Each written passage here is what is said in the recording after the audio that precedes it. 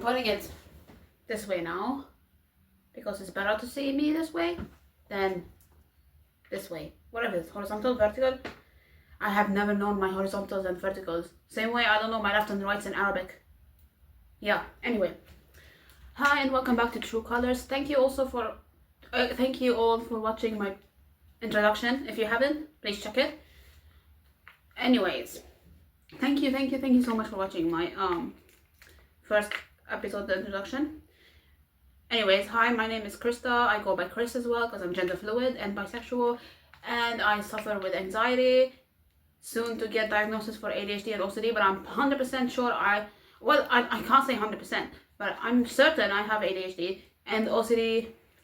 I'm on and off about it also because it's part of my, I think it is also part of my OCD to question my OCD. So I can't be sure until I get a diagnosis for it. But I'm 100% certain I have the traits, all the traits that fit OCD.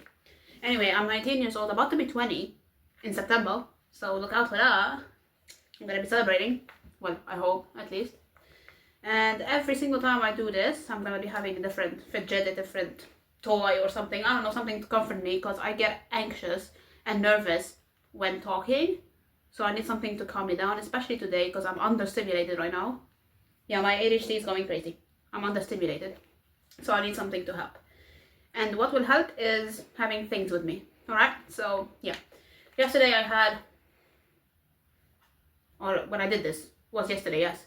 But I'm not posting this today. Maybe, I don't know. But when I did this, I had this fella with me. Right? Yeah. But right now, I know these are viral. I think you guys have seen them online. Yeah, they're everywhere. Anyway, my stimming fidget. Yeah. So I'm going to be using that, and I have my rubber band. I've been fidgeting with that a lot too. I might sit on my yoga ball. I don't know if I'll change my mind. The yoga ball is still there. I can sit on it if I want to, if I need more stimming action. But yeah. For now, today's episode is going to be about delving a little bit into my OCD and ADHD. Yeah. Well, I would like to delve into it when I get, what's it called? A diagnosis. But I'm going to delve into the traits I have that led me to think I have OCD and ADHD and how I realized all of that stuff. Oop, I dropped it. 1 second. Alright. Anyway. So, I grew up my entire life in Lebanon. Yeah. I'm Lebanese. Well, my dad's side is Syrian, but I'm Lebanese. My mom's side is Lebanese. My dad's side is Assyrian. So, but I grew up in Lebanon most of my life. And my life wasn't like the best, but it was actually pretty nice. Like some aspects of it were nice. I remember when with the ADHD one, I remember when as a kid, my mom would get a lot of complaints about me in school, like not paying attention, where I'd be like under the table all the time picking up things, and sometimes I would talk a lot. My mom has told me as a kid, like not even like how much, like not even 4 months, I would start talking, like talk. I don't know exactly if 4 months or less than 4 months, but I know that before I hit 6 months, she says, I was talking, basically, like babbling at least. And mainly I would be talking to like the light bulb and stuff like that, but yeah. And when I grew like older, I was like 2 years old, 3 years old, I would start actually like talking to myself and making up, like every kid would do, where they make up fake scenarios in their head, like not in their head, I do it out loud, like making fake scenarios, making fake people. Yeah, so that's what led me to think I have ADHD. One part of what led me to think I have ADHD. My entire life I've been like, no, I don't have ADHD, there's no way. But the things my mom tells me about me as a child, and the things I remember, and the things I do now, are very high symptoms of ADHD. One thing I remember my parents always tell me is, as a kid I would not sleep. Like sleep was not a thing I would do. I would sleep like for an hour then wake up, or not even. Sometimes I would not sleep at all. So like, that's, due to my research, that's something I, like, So as a trait in ADHD, people with ADHD do not get enough sleep, or they tend to have a hard time sleeping. And in my situation right now, I need visual stimuli to help me sleep. So like that's why I sleep with my phone.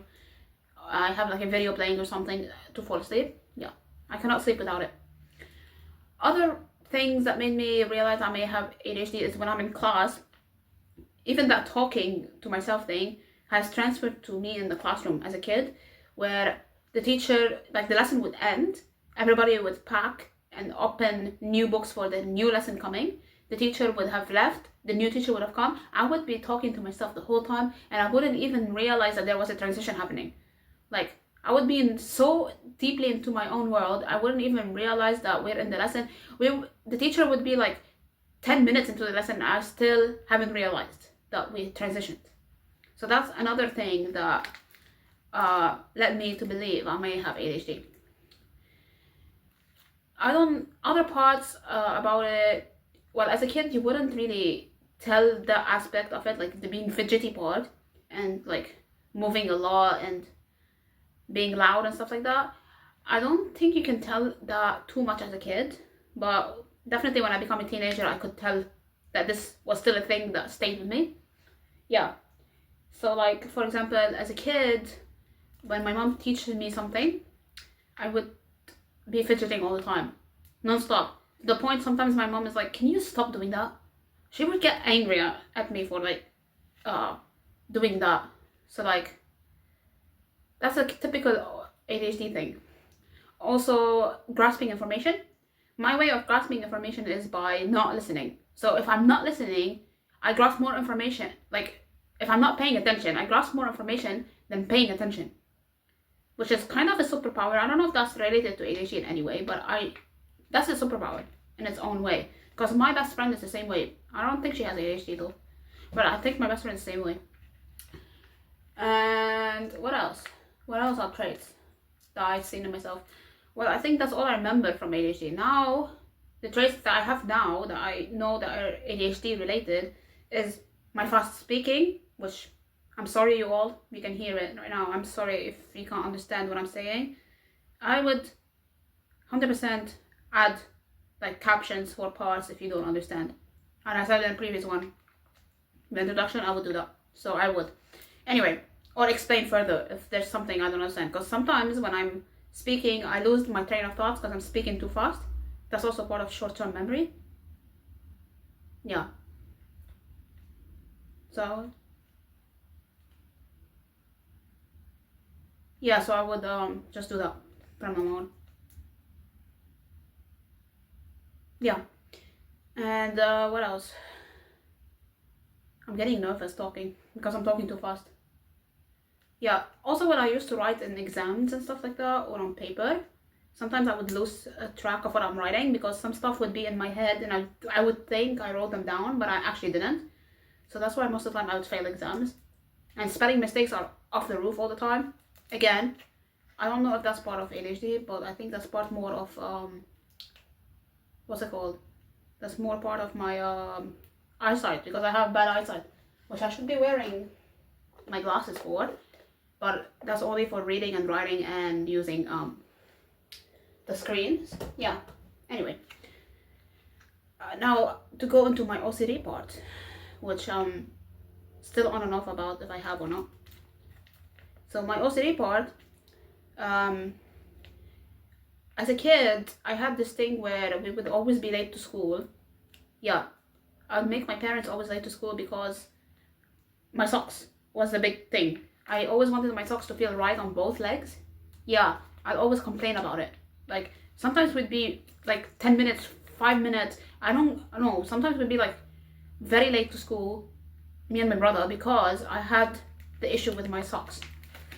So that's an OCD. I didn't know that was an OCD trait, but apparently it is. And as a kid, I had anger issues, like a lot of them. I think that's the ADHD part as well, where ADHD manifests as anger in children. Yeah, so that's the thing I had.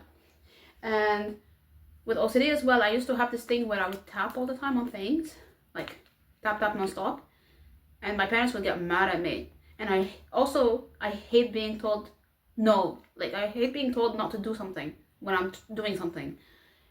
And I think that's an OCD thing, because I remember doing it, I remember doing it until it felt right, or it sounded right. So yeah, I don't remember much of my OCD. Like, that's mainly what I remember. I don't remember much of my OCD. I have other trauma related stuff, but they are they're not PG to like mention here much. But yeah, I won't delve into that too much. Might maybe delve into it next episode or something, or like further into the podcast. But for now, I need to figure out a way to maybe mention it. But it's not PG. So yeah. Anyway, the OCD traits I find in myself right now, when we moved countries, I remember we moved from Lebanon to live in Australia. Yeah, like 7 years ago. That's the same year my grandpa died. So my grandpa died a month before we moved to Australia. That's my mom's dad. Yeah. And I've seen my mom's dad a lot. Like, we used to visit my grandparents all the time, like 24/7 almost.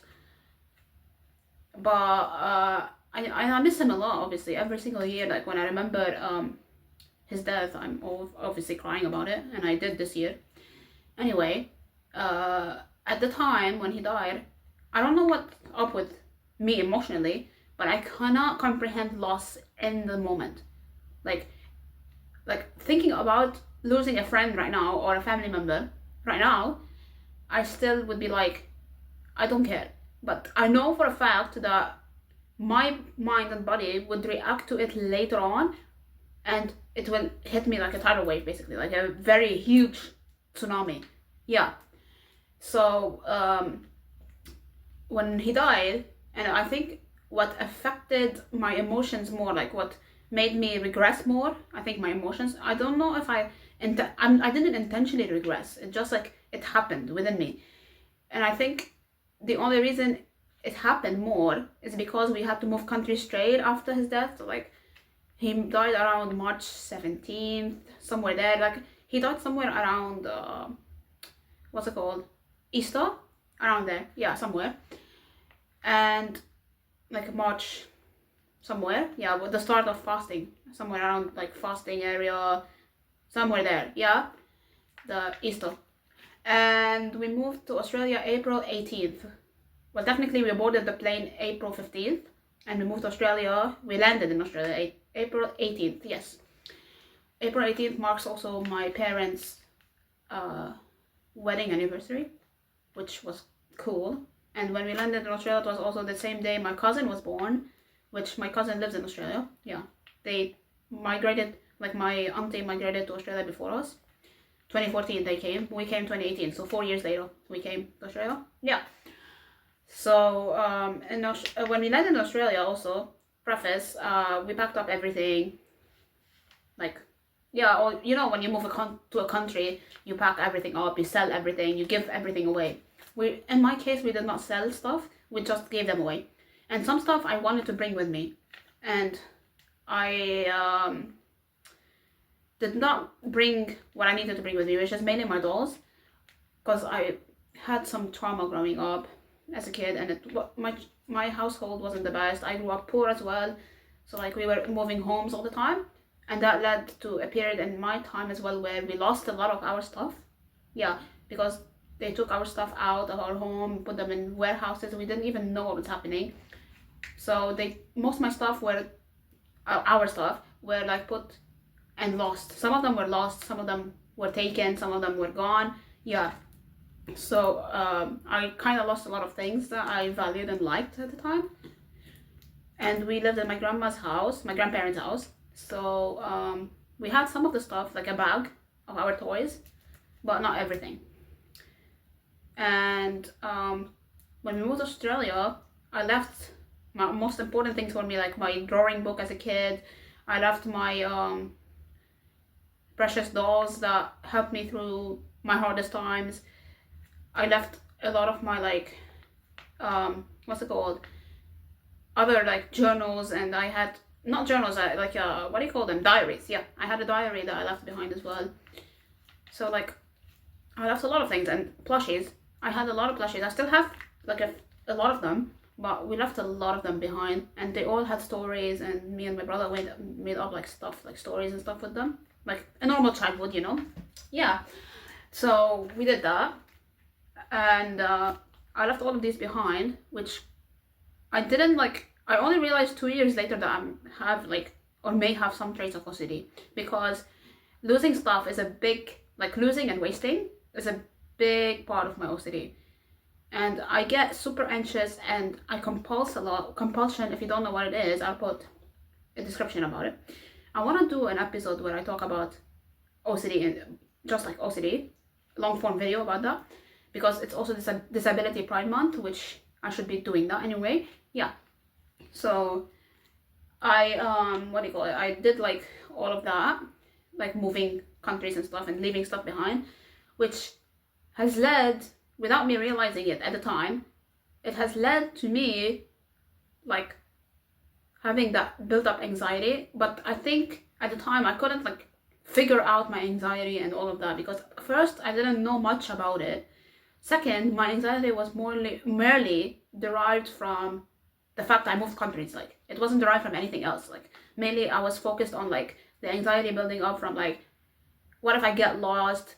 Like I'm in a new country, I don't know what I'm doing, I don't know if I'm gonna get friends. Like also I'm a teenager. When we moved to Australia I was like 12 years old, and it's hard being a teenager moving countries as well, like pre-teen, teenager stuff. Yeah, it's hard.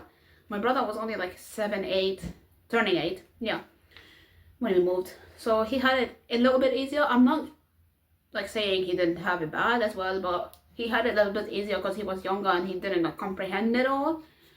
But it's still hard. It's still hard to leave people behind. Like I had a lot of friends, teachers that I cared for, and leaving them all behind is a lot. And especially for my parents, because when we came to Australia, they were in their late 40s.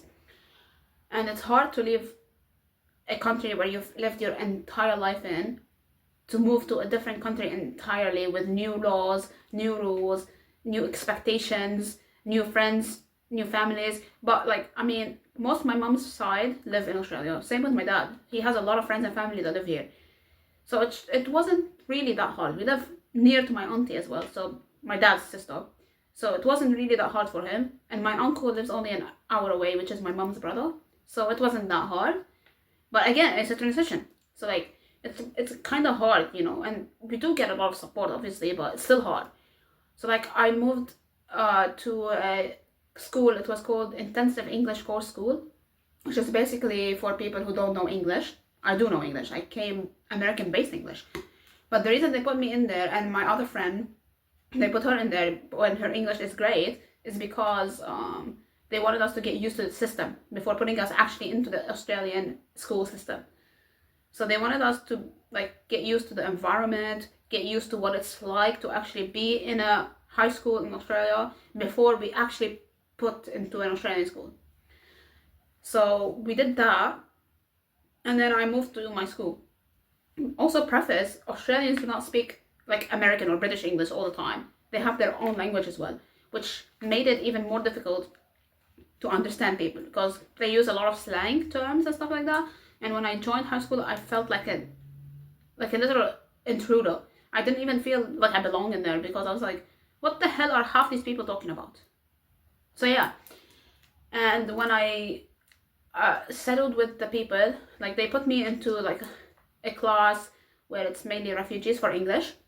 So that was actually not too bad, but also like, I don't know, I felt out of this place a little bit. I felt like I know English, and like when a teacher asked me to read or do something, I know how to do that because I know English.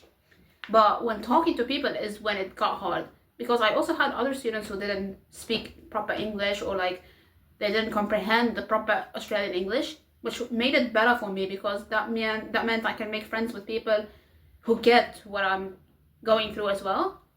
And some of my friends transitioned from my old school, the Intensive English Course School, to the new school, which also helped me keep that connection with them and feel like I'm not alone, because the friend I have right now, he has been my friend since I moved to Australia. Like, he came in 4 months, I think, around 4 months after I came to Australia. And since then, we've been friends till now. So it helps a lot having friends that have gone through the similar issues, even if they're from different countries. They have gone through similar issues and they understand what you're going through. And plus, his English is not terrible, so it made up. So I think my OCD derived from all of that as well, because losing and wasting things is a big thing for my OCD. And recently I lost my loops, which is my noise cancelling earbuds, and I can't live without them. I have sensory issues, so I can't live without them.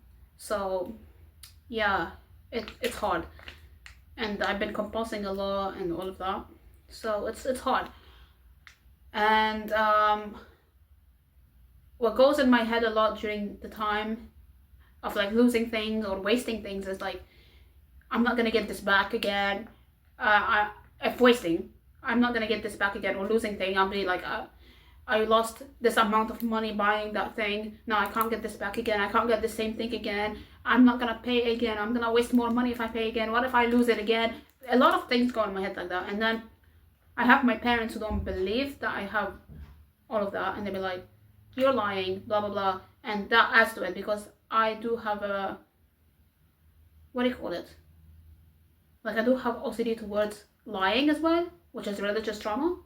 Yeah, kind of religious trauma, yeah, where lying is a sin. So basically I can't lie all the time. I have to be honest. So if I lie to someone, I have to, like, even if I lie to someone online where they cannot even know that I lied to them, I will still consciously think about that lie and have to make it a reality somehow. So that's why I avoid lying, because I have to make it a reality. Unless I can make it a reality, I might lie, but I avoid it. At all costs, I avoid lying. And now that I remember stuff that I lied about as a kid, also that makes me anxious. Yeah, so my anxiety and like my OCD has built up way more as the years went on, especially because when I read up about OCD, I might put something about it, but it said something about like at teenage years it would get worse. So yeah, but yeah, I think, yeah, that's mainly all of I wanted to say today. How long is this video? 22 minutes. Not bad. I can go for longer, but I don't want to make it too long. But yeah, thank you so much for watching again, and I'm so happy to see that people are actually watching my other episode, the introduction that I made. So hopefully this one gets as much views as the other one did. Hopefully, because I want it to, because it's fun to make these, and I don't care about the views and likes and all of that. I just care about making something that makes me feel better about myself and I enjoy doing. And I love talking. Talking is my big thing. That's also part of ADHD, talking. And I love doing it. So yeah, thank you so much for watching this. Thank you so much for sticking by. Socials are gonna be at the end of this video, like always, so please check them out. My TikTok, my Instagram, my other YouTube channel, my music channel, which is, yeah, check them out. Love you all. And if you guys are suffering with anything as well, don't hesitate to reach out. I'm not an expert, obviously. I am not a psychologist or anything. I wish I was. I want to be a psychologist, but I think that dream has been gone by now, because it's hard to be. I don't like reporting stuff, so I think I'm gonna go into music, which is something else I want to do. Fashion or music, these two together. Yeah. But anyways, if you have any concerns, or if you have anything, if you need a friend, or if you need someone to just talk to, and like, you know, you don't have anyone that supports you and loves you as much, just reach out, you know, reach out. There's a lot of people around you. Reach out to them. You can reach out to me as well if you want to. I'm open to talking to people and making them feel better. And yeah, I hope you all have a great day, night, whatever, where you are. And this is, and I forgot to introduce that this is True Colors in the beginning.